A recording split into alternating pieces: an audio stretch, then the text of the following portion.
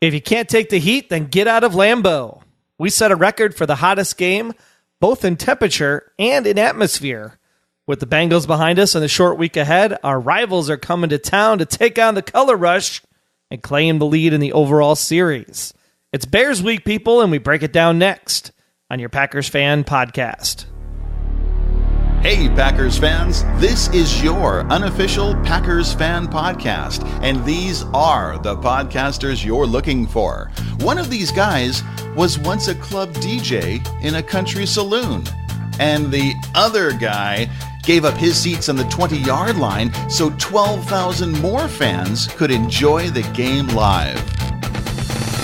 And now it's time to Go Pack Go with your hosts, Wayne Henderson and Troy Heinritz. Thankful for Bears Week here on your Packers Fan Podcast, the show by and for fans of your 13-time NFL champion Green Bay Packers. We got a feedback hotline for you. It's 920-3PACK-GO. Again, 920-3PACK-GO. Or just go to PackersFanPodcast.com/feedback and be part of the show. This is episode 139 of your Packers Fan Podcast, recorded September 27th, 2017. Show notes at PackersFanPodcast.com/139. On this week's edition, we'll be talking about the hot and humid up and down play during that Bengals contest. And are there some new stars potentially emerging on the Packers? Plus, my full report on the trip to Lambeau last weekend. Excelente. We are thankful for the W, but hoping for bigger margins of victory going forward. Troy's going to have his keys to the Packers beating the Bears and more great feedback from you, the G-Force. And still wondering how and why it was a lot cooler here in Southern California on Sunday than it was at Lambeau Field. I'm at Wayne Henderson, your voice acting, podcasting part owner of the 13-time NFL champion Green Bay Packers. And whether you kneel, stand, or stay in the locker room, there is at least one truth that is self-evident. The fireworks at Lambeau Field during the anthem are the best. I am at Troy Heinritz, and I approve this message. The Packers Fan Podcast is available on demand and on the go with our free Packers Fan Podcast apps. They're available for both iOS and Android, so whatever team you play for, you can always enjoy a great NFL conversation about the 13-time NFL champion Green Bay Packers. Now, unfortunately, we have to start this week talking briefly about this national anthem crisis. And first and foremost, just to clear the slate in social media land, there is no rule in the NFL that says players need to stand a certain way and hold their helmets in a certain hand on page A62 to A63 of the league rulebook. If you see this particularly being spread out on social media, it is BS. And if you are someone spreading that BS, please stop it. It's not helping the situation. We have enough incorrect facts in the media and our government, so let's be better informed citizens. So with that in mind, what is actually covered by the rules, you ask, as it pertains to the national anthem? Well, Rule 5, Section 4, Article 8 has a topic on conveying personal messages. It reads, throughout the period on game day that a player is visible to the stadium and television audience, including in pregame warmups, in the bench area, during postgame interviews, in the locker room, or on the field, players are prohibited from wearing, displaying, and this is the most important part, or otherwise conveying personal messages either in writing or in illustration, unless such messages have been approved in advance by the league office. Now, we all know that this all started when Colin Kaepernick took a knee last year, and I respect him for it and agree we live in a very tense time. However, his taking a knee during the national anthem last year is not the time or place to make a personal message in illustration. It is against the rules of the NFL. Now, and it was on company time. Exactly right. Now, personally, I don't care whether you stand or kneel. Both show respect, in my opinion, and reverence. For example, a knight bows before a king or queen, and especially when they're getting knighted, which is a very high honor. And just like Indiana Jones kneeled before God because he was humble, because only the penitent man will pass. So whether you stand, whether you kneel, you just got to pick one. Because after attending 2 football games this year in person, what I personally cannot stand for and hope the league and owners do something about is the players that are suited up in uniform that sit their butts on the bench while the rest of the team is either standing or kneeling. To me, that's more disrespectful to the people that did fight for the rights we have, for the freedom to play the game we all love. Now, stand up or kneel, but get your butt off the bench. That is, of course, unless you have an injury that prevents you from standing up, in which case you will be in street clothes and therefore not in uniform. But if you're in uniform, stand or kneel, but get your butt off the bench. Now, as for the teams that boycotted the national anthem this week, I can respect their decision because they at least decided to as a team, not a personal message via illustration. They paid respect in their own way. Freedom of speech gives them that right, and they should exercise that right.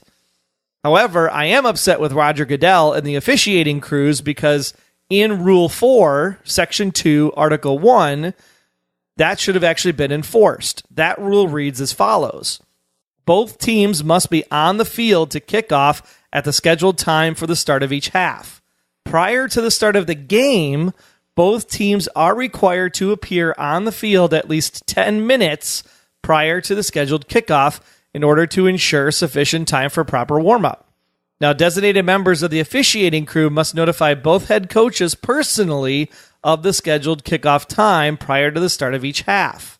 For failure to appear on the field at least 10 minutes prior to the scheduled kickoff of the first half, loss of the coin toss option for both halves, and for overtime, as well as a 15-yard penalty from the spot of the kickoff.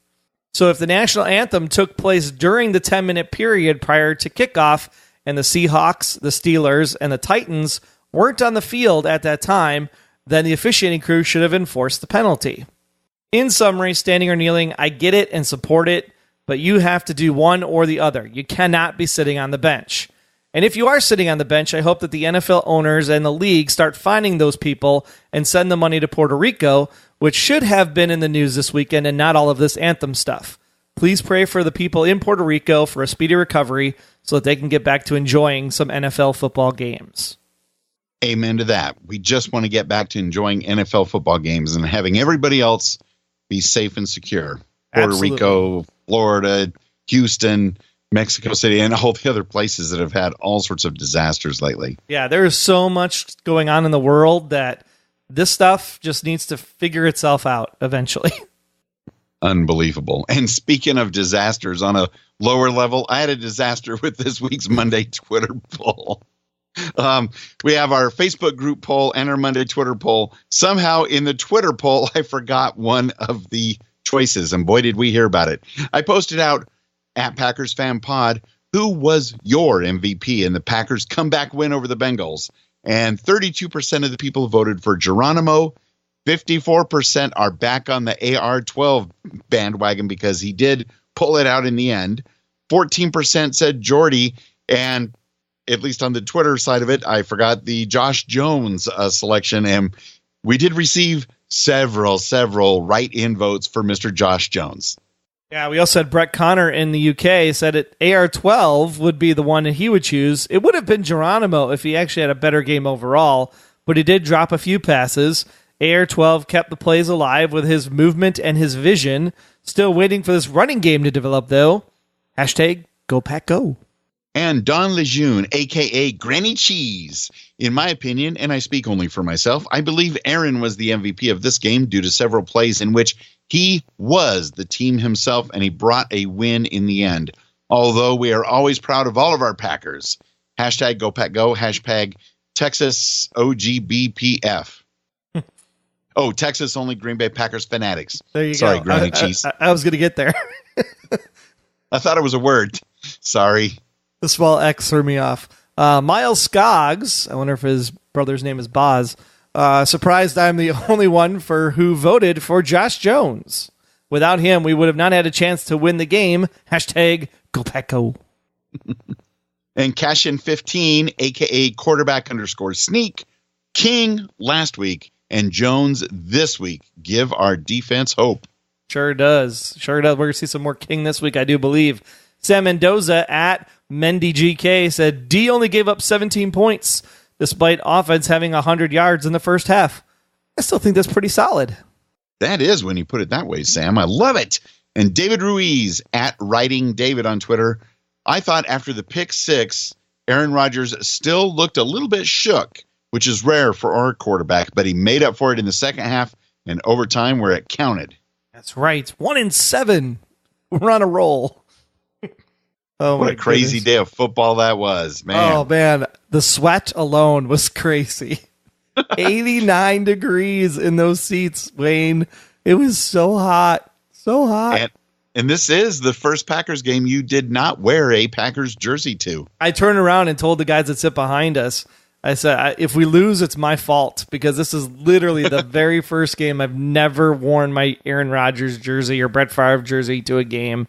I felt so bad doing it, but oh my God, it was to put it in perspective, we were sitting in the shade on the west side of the stadium in section 122.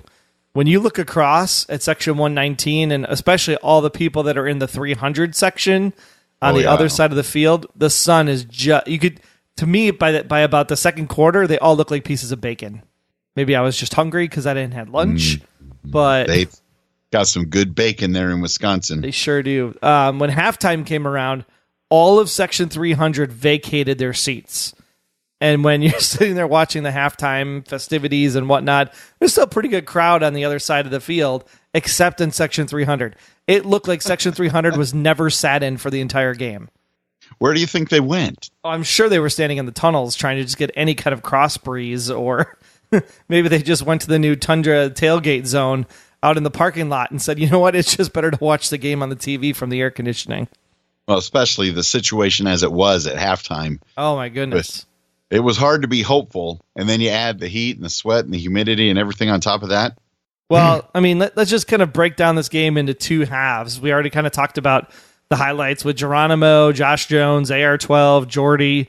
I mean, when you look at the way that this all situated, I mean, the offense, it comes down to those offensive tackles and the injuries. Yes. And Kyle Murphy, God forbid, I mean, we'll get to it in a little bit, but he's going to be on injured reserve going forward. But Murphy was absolutely useless on the field. And I don't know why they didn't bring in like Repkowski or use one of the tight ends to do a chip block to just at least give Murphy a hand, because that side was getting blitzed all day and Rodgers was on his back more than I'd like to count in that first half. And we just couldn't get anything going. I mean, it was abysmal. I mean, and I don't even want to talk about the deferment issue again, because we deferred. Oh, man. We defer. I did get up out of my seat. I did start walking down the stairs. Unfortunately, at the bottom of the stairs was a nice, Milwaukee County, Wisconsin State Trooper was at the bottom of the stairs. So I wasn't actually going to, try to jump over the wall and go strangle somebody, as I mentioned last week, because I did kind of want to go home too. But oh man, the question becomes, how many coin tosses can we win? Right, exactly. And unfortunately, we didn't win the one that we needed to win, even though it didn't matter in overtime. But you defer the coin toss, you give them the ball, and then the thing they do is drive down on the very first series and score their very first touchdown of the season. I mean, the Cincinnati Bengals. I know. I'm just like, on Thursday night, if we win the coin toss, please, dear God, take the ball and go up 7. That would just change the whole dynamic of the game. So, I mean, I know we came out for the first time finally and started out the second half with 7 on the board in our first series, but still, the Bengals scored a touchdown on their first series. It was brutal, abysmal. One thing that was not abysmal, another plus in the game, Tony Romo. Tony Romo doesn't play for the Packers? No, he does not play for the Packers. But, you've heard us over the years talking about, shut up, Chris Collinsworth. Oh, my goodness, Troy Buck, please. Tony Romo, rewatch the game later. He does a solid job. That guy is good. He made the game fun. I don't know who was next to him in the booth, but I thought, Tony Romo, I mean, I don't care for the Dallas Cowboys at all, but Tony Romo as a game caller, I thought he did a great job. Do you think that's because he's so closely tied to being a player still? He still watches the game as he was looking at the defenses and breaking down the defenses on the color commentary? Do you think he was looking at it as a quarterback? I think so, and he did a great job doing it. Plus, I'm sure he loves Wisconsin. Who wouldn't? Just not when it's 89 in September. No. Soon it'll be October. Get out your mucklucks. I mean, having been to the first 2 home games now, I can tell you that both first halves, this one and the Seattle one, the offense is struggling to get going. I think that's really the big thing. I mean, we pick it up in the second half and we're able to maybe pull it out, but we can't win games all year that way. I mean, we are not the Detroit Lions, for Pete's sake. We're just throw it up in the fourth quarter and pray a miracle happens. We need to make sure that we control the game from soup to nuts, and we need to get some points on the board in the first half against the Bears. We're going to be hurting. I mean, look at what they were able to do last week. A little scary. And like you talked about on the podcast last week, I think the current method of having such a short mini camp and preseason where the stars hardly play is coming back to haunt us. It certainly is, especially in the injury department. I mean, we still got another laundry list of injuries coming in on this short week, so it's going to be interesting to see what we're able to do as far as making things happen. But enough of us yammering about the Bengals contest. Let's go ahead and see what you guys thought with our first voicemail from the G-Force. Here's Marty. Hey guys, Marty here from Northern Ireland. Just thought I'd call in. Good to see Rodgers pulling it out of the fire for us in the second half. Big stop from the defense. The first drive of overtime, and big play from Geronimo when it counted. Frustrating watching it on Red Zone, but I think I was awarded with my patience was rewarded with some bonus live footage at the end there. So just happy for the win. I think it's a big win for the season, and on to the next one. Go Pack, go. Marty, thank you very, very much. We appreciate you taking the time to record that speak pipe message from PackersFanPodcast.com and sending that in. Great to hear from you in Northern Ireland. Geronimo when it counted, and like you said, Marty, your patience was rewarded. I actually turned over to the guys we were with, superfan Aaron, who you've heard here on the podcast before, and my buddy Kevin, who's actually a Cincinnati Bengals fan. When he left on Monday morning, flying back from Chicago to Cincinnati, I want to report that he was wearing a Green Bay Packers pullover. So I think he converted during the course of the game. I give credit to Marty for that happening. Absolutely. The big thing here was that I actually turned to him and said, to start off this overtime, once we get the ball, we should just make one pump fake and just launch it to Geronimo. That's literally what I said to Kevin. And sure enough, on that second play, then boop, there it went to Geronimo. And 72 yards later, Bob Geronimo. What was that sound effect again? Boop. There it is. This is Andre from LA, once again calling my favorite Packer fan podcast. I am very encouraged. It was a gritty win over the Bengals. I'm glad we were able to pull it out. He doesn't really play the preseason. That's why he starts off so slow every year. But as always, he comes through in the clutch. Great performance. Very encouraged by Geronimo Allison. I wonder if he'll become that number 2 wide receiver over Randall Cobb.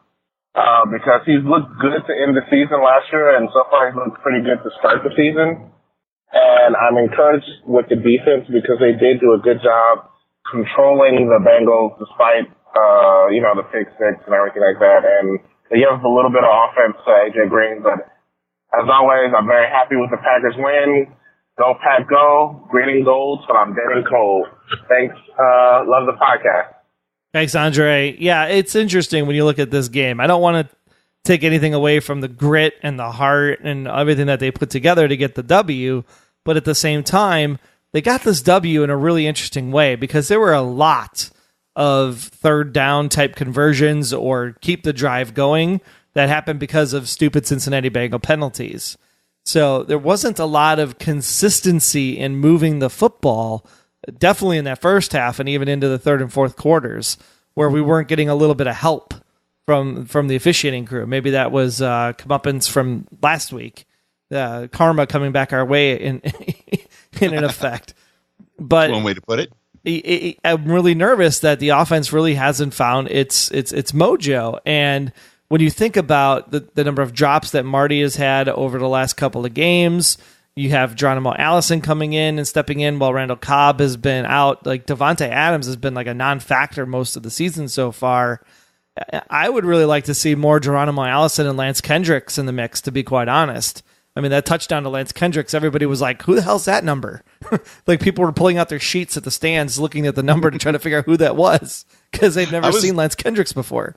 I was doing that a few times during the game on the defensive side because Deb was asking me, "Who's that?" And I'm like, I don't know. But yeah, if we can work in those two guys into the offensive scheme, they might be our breakout stars for this year, kind of like Ty Montgomery was last year. So I say we do some more work in, and I definitely say we need more Ripkowski in there. Get some lead blocking going for Ty, because if he's behind a blocker, I think he can bust open some holes to get 5-6 yards of carry versus his 3 yard of carry average he's got right now.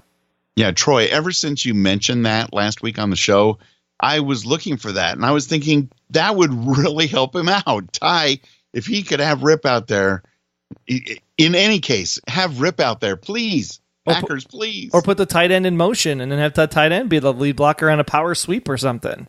You know, there's so many packages that we can put out there, yet when you sit there and watch it, especially if you're watching it live and seeing where the wide receiver routes are going, it looks like the same offense we've run for the last 6 years, and there's been enough tape by now that people know what we're doing. We got to mix it up a little bit. Hey, Wade and Troy, this is Caleb Fisher from O'Connell Falls, Wisconsin. Wanted to give you my insight on how great the Packers were this afternoon, especially Jordy Nelson after coming back from a hamstring injury. And notice how great Aaron Rodgers was, even though sometimes he didn't have that many wide receivers open. And Lance Kendricks actually showed up, had a really good game for a good reception. And of course, gentlemen, bleed green and gold here, dead and cold. Go Pack, go. Go Pack, go, Caleb. Good to hear from you this week. Yes, definitely bleed green and gold till dead and cold. So good to hear from you. Jordy back from a hamstring. And Caleb bringing up Lance Kendricks, just like you were talking about, Troy. Yeah, but I mean, the big thing here is Aaron Rodgers. From where I was sitting, this was not one of Aaron's better games. Yes, he was magical when we needed him to be, but there were a lot of balls that were just off or just a little high or just not on the mark. I don't know if it was the heat or something else going on, but Aaron looked a little bit off in this game, to be quite honest. So the fact that he was able to thread the needle on that, tying touchdown, man, that was I was nervous. Where I was sitting, that sure looked like it was going to get picked off. But luckily, Jordy was able to snag it, and we were able to put up the extra point to tie it up. Almost felt like 1992 all over again. Memories, like the colors of our mind, or misty watered, whatever it is. Sweaty. Oh, that's what it was. Sweaty covered memories. It's the Big Packer Donald from Texas. Just wanted to say it was a heck of a game from Rodgers to Jordy Nelson for that win to go into overtime, and Mason Crosby to finish out the game. Always number one fan. Go Pack, go. Go Pack, go indeed. I mean, Mason Crosby, all I kept thinking was that god-awful Detroit game when we've beaten Detroit for so many years in Wisconsin soil, and then we get to that final field goal, and it should just be money, and then bloop, it was like, did he step in a divot, or what happened? And the divot was just running through my mind, especially on the extra point, and especially on that field goal at the end of the overtime. I'm just so glad that everything went as well as it did, especially given the fact that Good, our long snapper, he was playing through this entire thing with a hamstring injury. So the fact that he was able to pull through the entire game and just make sure the snaps were getting where they needed to go, kudos for Good on his performance this week. Yeah. On the other hand, the field itself looks spectacular. It should. I mean, it's got so much sunshine. It should grow like a weed. Yeah, it looks really good. The field actually looked good in England at the Jaguars game. Man, they were rolling up some points. Oh yeah, man! Don't buy into the hype. I don't know if it's gonna. I don't know if it'll last. And then you tune into a Raiders game in Oakland, and they're playing on a baseball field in the dirt. Oh well, let's check in with the Facebook Packers Fan Podcast community group. Brett Connor in the UK posted that it is too early in the season for that sort of excitement. Dude, you're telling me. I'm glad that was my last game at Lambeau for the year, as it stands right now, because I can't drive up again with that heart attack going on. Well, maybe that game in Minnesota in February. That one's okay, because that's not at Lambeau. It's in Minnesota. Yeah, so go ahead and have the stress if need be. We also heard from Jim Arrowwood from the Babylon Project podcast for the classic sci-fi series Babylon 5. Said, I know that Aaron wants us to RELAX, but that is going to be a challenge when the offensive line is full of holes. Honestly, I don't think Aaron can even RELAX. And good. I agree. He was running around all over the place. That's a very good point, Jim. Now, it brought to mind, what is going to be this year's catchphrase hashtag? We had RELAX. We had hashtag run the table. Is something like that going to come to fruition yet again this season? No, because we're going to go and just win out the rest of the way. So we're already running the table. We're already relaxing. I think after we beat the Bears on Thursday night, that'll set the tone for the rest of the season. We'll get a little bit of rest in, and then boom, off to Dallas to show them that we can still eat their lunch. Absolutely. And it's like a mini half of a bye week after we beat the Bears. I know. I love it. And I think we're going to need it. With as banged up as we are already this season, any extra days of rest before heading to Dallas will be very, very nice indeed. There's also a lot of other great mentions and conversations going on over in our Facebook group. Just go to PackersCommunity.com. It'll take you right there.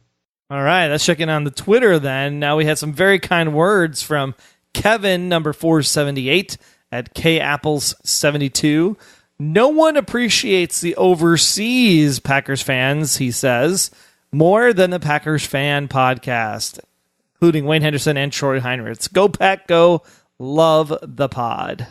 Love you, Kevin. Thanks for the kind words. We appreciate it. And we are humbled and amazed at the international audience for the podcast and the fact that there are great Packers fans everywhere on this planet. All right, let's switch over to injury news because they did not. Do we have to? Yeah, tell me about it. Now, because it is a short week, even though the Packers did not practice on Monday, they do have to file a injury report given the number of days before the game that it is. So luckily we had some updates to that practice status as of today. Now, Bryce, Cobb, Ty, Nick Perry, and Jake Ryan all look good and in good shape for Thursday at this point, as they were full participants in practice today. The offensive tackle options, however, were limited in practice today. So a little bit of practice, but not quite full participants. So we'll have to keep an eye on that.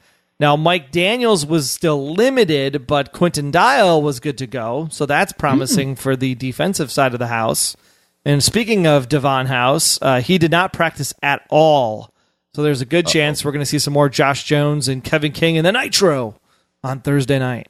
I will be looking for Josh Jones, and I would sure love it if Mike Daniels could be healthy enough to go. But I know on a short week, let's say, might need to save him up for Dallas. I think so. Now, in transaction news, this is where it gets interesting. So, Jason Spriggs, offensive tackle, right, offensive line, and Kyle Murphy, who was the Civ this week for the Cincinnati game, they were actually both placed on injured reserve. So, wow. we just lost two offensive linemen. And with that hamstring injury, long snapper Brett Good has also been put on injured reserve. And this is because they thought that Brett would be able to come back within a 4-week period, but because of that whole rule thing where you could only bring back 2 players from injured reserve, right? They weren't going to obviously bring back a long snapper when they could bring back some of the other guys that are currently still on the IR.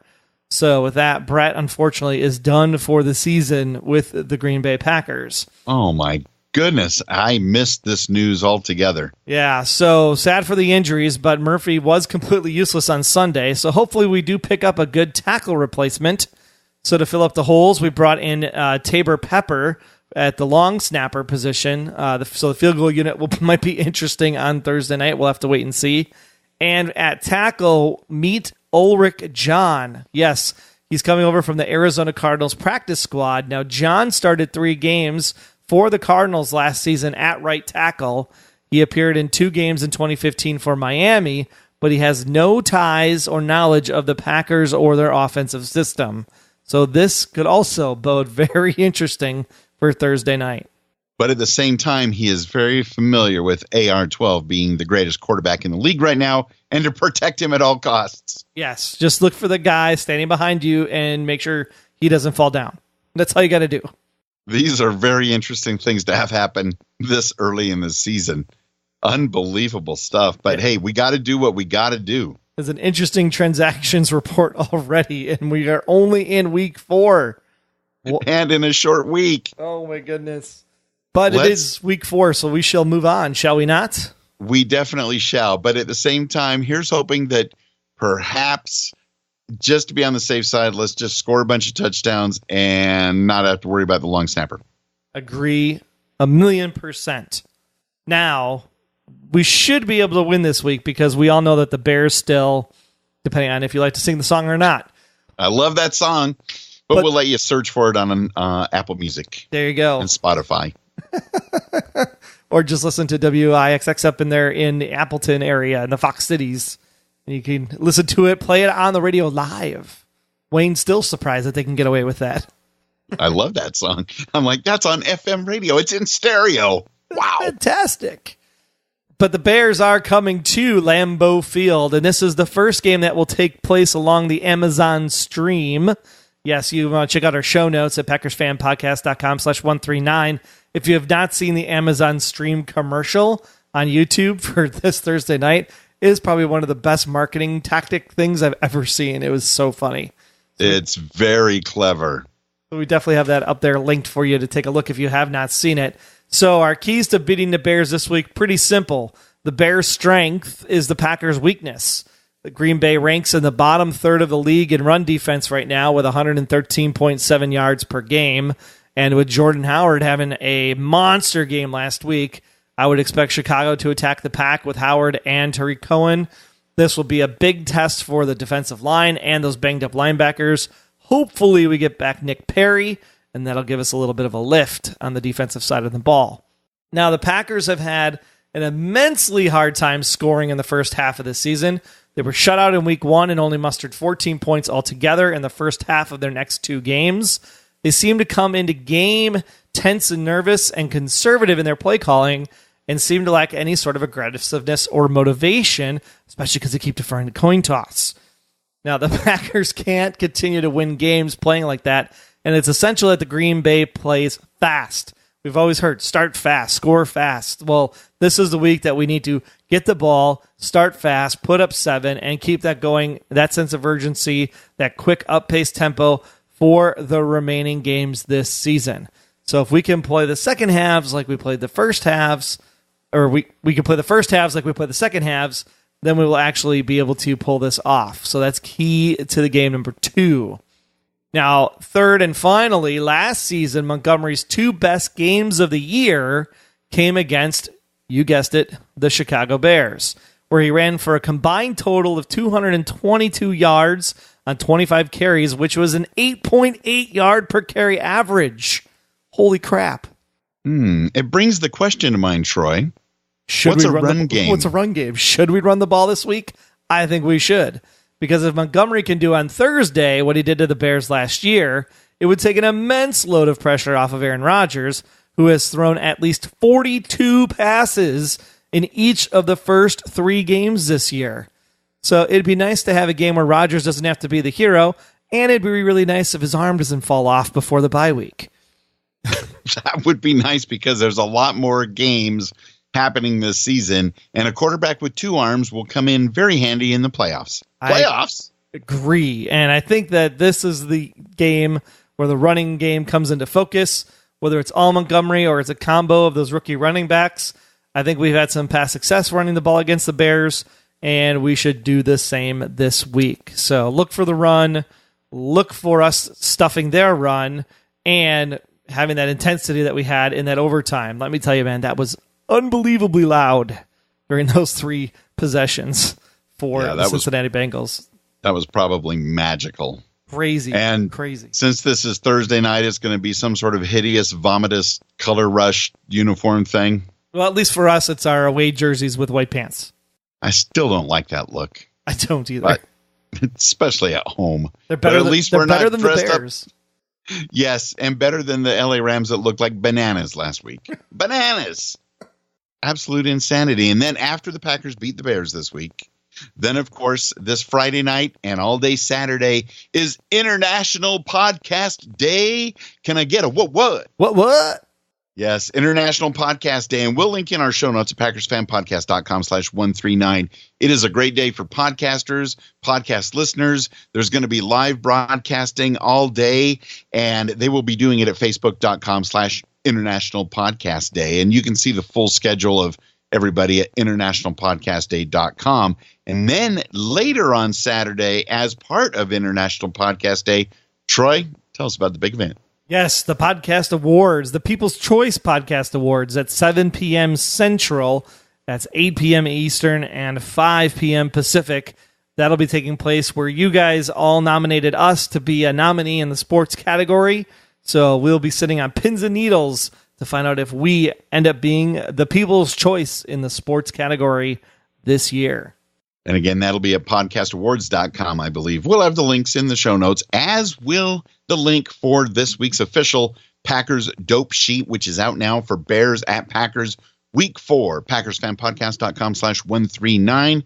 And basically, the 2-1 Green Bay Packers stay home in cozy Lambeau Field to host the 1-2 Bears Thursday night at 7:25 Central. And it was a short week for the Bears and Packers, made even shorter by the fact that both these teams went into overtime Sunday afternoon. Well, let's be clear. They wouldn't have gone into overtime against the Bears if they had actually run the ball into the end zone instead of stopping on the half-yard line to think about what color they wanted to decorate the end zone when they got into it. I cannot believe the Steelers lost to the Bears in overtime. Especially after that fiasco happened. It was like, how do you still lose when he basically just didn't run into the end zone? It was funny. Shenanigans, Troy. Shenanigans. And the Packers are hosting the Bears on a Thursday night for the third consecutive season, and the division rivals square off in prime time for the 12th consecutive season. So obviously, all of the networks know that people like to watch Packers-Bears at night. It is a night game extravaganza. In fact, that was the first time I joined you at a Packers game for your seats to watch the Packers demolish Jay Cutler and the Bears. It was glorious. It was so much fun. That was unbelievable. The magic was in the air. Now, the Packers have won 7 of the last 9 meetings against the Bears at Lambeau Field, including a 26-10 victory last season in Week 7, which is very nice indeed. And Green Bay has outscored Chicago 240-120 in the last 9 games. Wow. Some serious points there. And, of course, the big storyline, Thursday will mark game number 195 in the NFL's oldest rivalry. The series, because the Packers have been great for a long time now, the series is tied at 94, and 6 ties, which includes 2 playoff games where we each have won one of those. So winner takes the lead in the series Thursday night, Troy. That means the Packers will take the lead for the first time in like many, many, many, many moons. And never look back. Never look back! A couple of quick notable connections. Packers tight end Martellus Bennett played for the Bears from 2013 through 2015, and Green Bay offensive coordinator Edgar Bennett played running back in Chicago from 98 to 99. I forgot about that. Yeah. I know. I always think of him as a Packer, the Super Bowl, and now moving up through the ranks to offensive coordinator. Edgar, he's the man.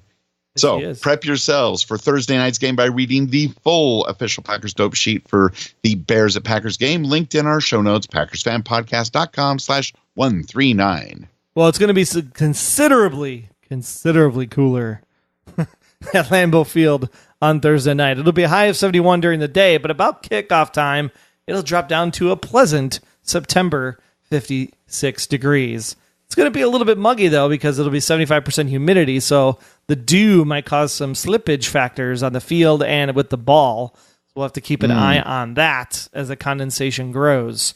We don't want any slippage. How on earth is the weather dropping that quickly? Well, you know, they have this thing called the Canadian cold front versus the Caribbean warm front. So the Caribbean warm front just keeps coming with the 3 hurricanes. So now it's Canada's turn to send down one of its big cold spells. Oh, okay. So it's Canada. That's why I was watching this game on TV the other night, and they had a whole different national anthem. They were singing, "Oh, Canada." And then I realized that was the CFL. That was not the Green Bay Packers. It was someone else in green and gold. But they do, yeah, I was going to say that team's pretty good, though, because they do have green and gold up there. So, they know what they're doing. Now, early showings have this game at a 45.5 points. Really? And I thought that was pretty high, considering that this is a typical, pretty tense rivalry between the Bears and the Packers. They also have the Packers favored to win by a touchdown, which was actually down a half a point. They opened up at 7.5. I think with the injuries, this game was going to be a lot closer than people think. And because I said the Packers were going to score 27 points last week, and they did. And the Bengals didn't score 3. No, they did not, because we deferred the coin toss. I will go first. But still, please do, Troy. I will take the under in this game because we've seen so far, and pretty regularly over the last couple of years, that these division rivalries are very, very close, intense games. And I am going to take the Bears for the win on the point spread. Oh my gosh, you're hurting me, Troy. Packers okay, on the point spread. Yeah, on the point spread. Packers 17, Bears 13. Heart Attack City. 17-13. That's definitely under. I'm going to be under as well, although just barely. The Bears 10, Packers 29, baby. Ooh. Did you get that? That's like a magical hand that you can't get or something. Or is that like the biggest hand you can get in cribbage? 19. No, that's the impossible hand. Carry the 1. Stephen King number. Take the go. Yeah. 29. 29. How do you get 29? I want to know how you get 29. Explain 29. I don't know. You get five safeties, and then you carry the field. I don't know. It came to me in a vision, Troy. So, everybody, hang tight. The Packers, it could not be a blowout, but we are still hoping that it will be. We're just hoping for the win. A W going into a mini bye week would be fantastic before Dallas. And a W with no new injuries. Agree. Thank you very much. And speaking of thank yous, we want to send thanks for the Texas-only Green Bay Packers Fanatics Facebook group supporting us on Patreon at the Brett Favre level. They never give up, and we thank you for that. We also thank Alex J. supporting us at the Curly Lambeau appreciation level.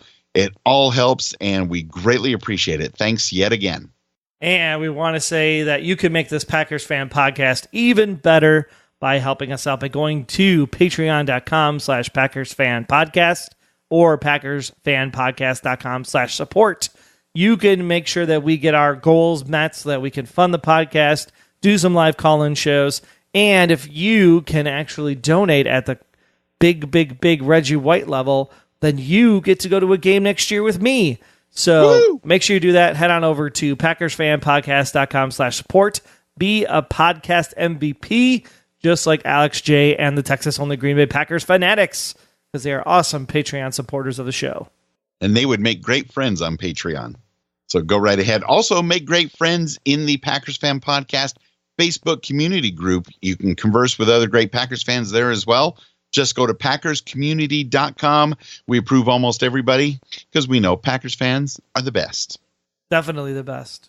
Every single given week, there are our friends. Now, Wade and I do some other stuff, and we just want you to know that TV season has begun here in the United States. So Wayne has started up a new podcast called Electric Dreams, which is basically covering all of the different stories, and it's kind of an anthology type series, from what I understand, about Philip K. Dick's great works. So if you are a Philip K. Dick or sci-fi fan, be sure to check out Electric Dreams podcast on Golden Spiral Media. That's at goldenspiralmedia.com. And then tomorrow night, or by the time you're listening to this, The Blacklist will return on NBC for its 5th season, which means the Blacklist Exposed podcast, now an award-winning podcast, will be available to download almost immediately after the premiere has aired. So be sure to check that out all season long if you're a fan of James Spader and Megan Boone and company. That's at theblacklistexposed.com. I can't believe the new TV season is already here, but I guess, shortly after football season kicks off, all the TV shows. Now, quick question before we get back to the Packers is this the final season for the Blacklist? I'm not saying it's a final season. I'm saying it could end this year. It could go for another 5. It just depends on how things work out with kind of a reboot. It's a rebuilding year. Okay. So we might not be fun. Blacklist might not get to the Super Bowl this year, but we are definitely rebuilding. So I think the rebuild will be interesting and it'll be fun, especially because we're on the move to Wednesday nights at 8 Eastern and Pacific, 7 Central from our former Thursday night 10 p.m. time slot. So interesting to see what they come up with. And I still can't wait to find out when they confirm that your thoughts of the rumor and your theory become truth. That would be awesome. I would jump for joy. Well, the Unofficial Packers Fan Podcast is not affiliated with the NFL or the Green Bay Packers. However, we sure would like for that to happen. So just tell somebody you know and have them email us at media@packersfanpodcast.com. And again, don't forget to become one of the Packers Fan Podcast MVPs by supporting your Packers Fan Podcast. Do your Amazon shopping through our Amazon affiliate link. That's packersfanpodcast.com/Amazon. Or go ahead over to patreon.com/packersfanpodcast. Donate $1 a month, $2 a month. You're not going to miss that Starbucks that you pick up every Friday. So true. Also, remember to take us on the go with you with our free Packers Fan Podcast apps for iOS and Android. We'll have the show there first thing before it hits anywhere else. And then follow us all season long on Twitter at Packers Fan Pod. And I promise to do better on the Monday Twitter poll on Monday and bring in all of the options for you. You can also follow me on Twitter at Wayne Henderson. And me, I'm at Troy Heinritz. Be sure to join the new Packers Fan Podcast community group. Just visit packersfanpodcast.com/Facebook to join the community. And anywhere in the world, Australia, New Zealand, Britain, Europe, Japan, anywhere, go to packersfanpodcast.com/feedback after the game. Share your thoughts. Let us know what you thought and let your voice be heard for the next episode of the Packers Fan Podcast. Be sure to subscribe in Apple Podcasts so you do not miss any of our coverage all season long. Now it's Bears week, people. They still, you know what, so let's go ahead and cheer it on. They still, and go Pack, go!